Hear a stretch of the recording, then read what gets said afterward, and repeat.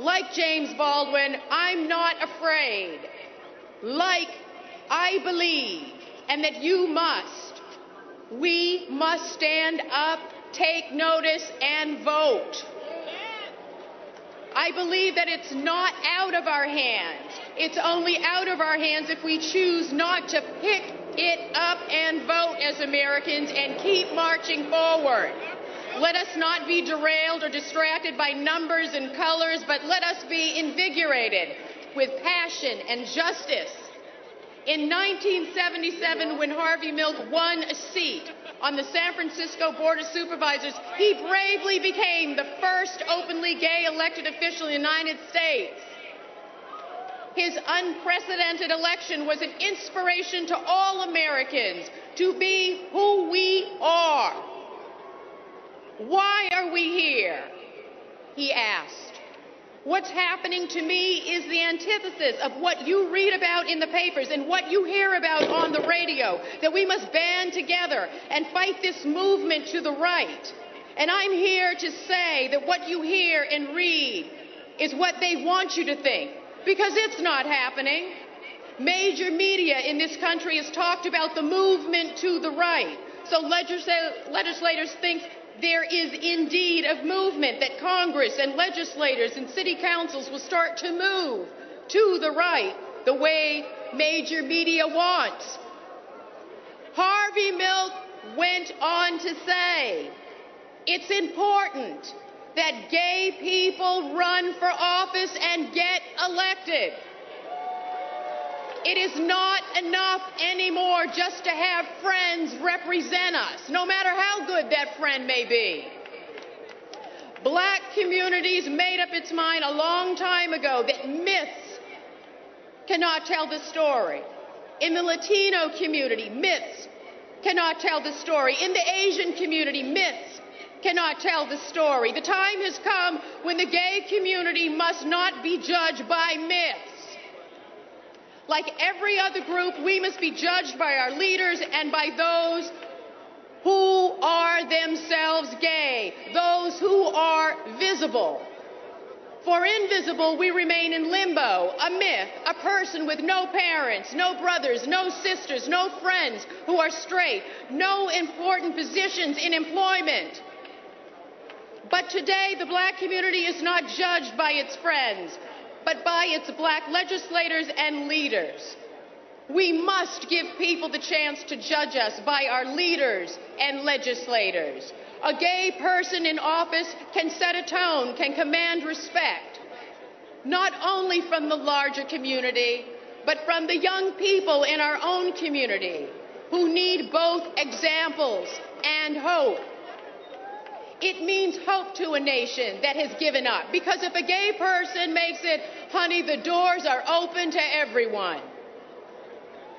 Icon Harvey Milk helped open doors for all Americans to be included in the political process, equal opportunities, intolerant of discrimination and disparity.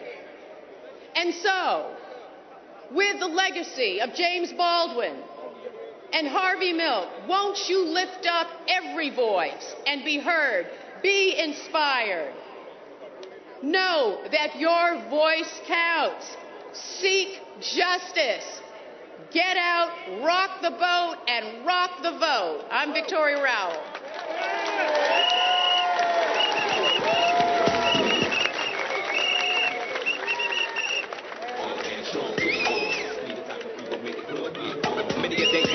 Let's hear it again for Victoria Rowell. My name is Mark Thompson, and I'm the host of Make It Plain on Sirius XM Radio. This is a great day. You owe yourselves a round of applause. We continue the legacy of Dr. Martin Luther King Jr., where he stood and spoke on this very spot in 1963 and made the demand for jobs, justice, and peace. We come back today making similar demands: jobs, justice, education, and peace. This is a continuum of the struggle that he began those many years ago. And so since we have continued this struggle, there is no way possible that anyone can say we've come here to react or respond to anyone. Our struggle has continued. If anything, they have been reacting and responding to us. And as Dr. King said, when they used interposition and nullification in 1963, we know that those who would oppose jobs, justice, education, and peace continue to use interposition and nullification today. But we are resolved to stand together to see to it that this is a movement and not a moment. To see to it that while 2008 was about voting for the president, 2010 is about voting for the people. We are one nation. We are his dream. We are one nation. We are his dream. Please welcome now Randi Weingarten and Freddie Haynes.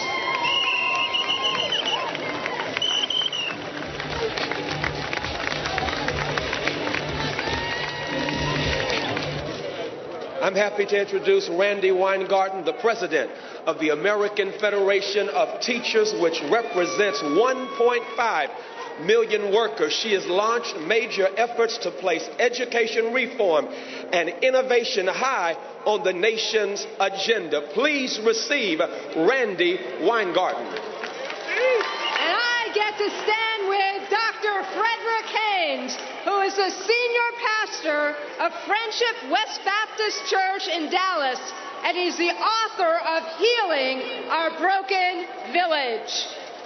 Our commitment to education is our moral obligation. Today is about one nation standing together, and a good education is the foundation for everything else we seek today. We want good jobs, strong communities, and equal opportunities. And for all of these, you need a great education. Access to an excellent education is a basic civil right. But is it right that too many children have been denied? And this must change. We must do what we do in our best schools, in all our schools, for all our children. And America's teachers, thousands of whom are here today, let me hear you. America's teachers work hard every day to make a difference in their students' lives. But teachers can't do this alone. Teachers, parents, faith leaders, community activists, they are our everyday heroes. But even heroes need help giving all our young people a strong start and an equal shot in life. This is why you have a teacher and a minister speaking with one voice. That teacher from New York, the preacher from the South, because the schools in your community are your schools, whether you have a child in them or not. No more will we speak of those kids or other people's kids. Our kids are our kids. America's parents and teachers work hard every day to make a difference in our young people's lives. We ask you to join in this quest, because excellent public schools are the cornerstone of our democracy, because our elders depend on future generations, because today's students will be the caretakers of the environment, the sparks igniting our innovations, the tenders of our global relations, and the creators of our arts. And simply because every child has a right to a fair and hopeful start in life. Brothers and sisters, we have a choice. We can follow our aspirations, or we can give in to our fears. We here today aspire to our ideals. We here today must help our children not only dream their dreams, but achieve them. We here today must invest, not divest, in our kids. We here today must usher in a new era of excellence and equity in America's public schools to achieve this promise for all kids, not just some. We can do it. We must do it. And I ask you to join America's public school teachers in our quest to make a difference in every child's life. Let's stand together, one nation together.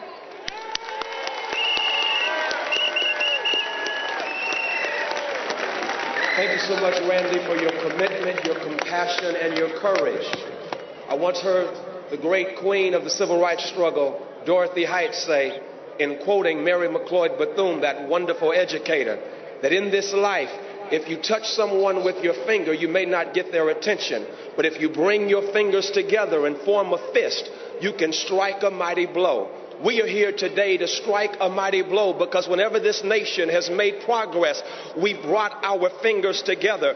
In the revolution for freedom, we brought our fingers together. From the martyrdom of Crispus Attucks to the leadership of George Washington, we brought our fingers together and struck a blow for emancipation. From Harriet Tubman to Abraham Lincoln, we brought our fingers together and struck a blow for freedom. The civil rights struggle, Martin King Jr., Rosa Parks, we brought our fingers together and struck a blow for freedom, justice, and liberty for all. And what are we saying for our children? We want to bring our fingers together and strike a blow that our children can have access to the best education. Shame on our nation when the educational possibilities of our kids are determined by their zip code or their economic status. Time out for that. It's a new day in America, and we will bring our fingers together to strike a blow where all of our children, regardless of where they come from, can receive excellence in education. I stand with Randy. I stand with the American Federation of Teachers and say, let's bring our fingers together. Union, faith community, civil rights organizations, let's bring our fingers together. Red, brown, yellow, black, and white. Let's bring our fingers together and strike a blow for justice. For when we do this, we will lift up our nation. When we do this, our best days are in front of us. Let's bring our fingers together, strike a blow for justice. So walk together, children. Don't you get weary. There's a great camp meeting in the promised land. Let's bring our fingers together.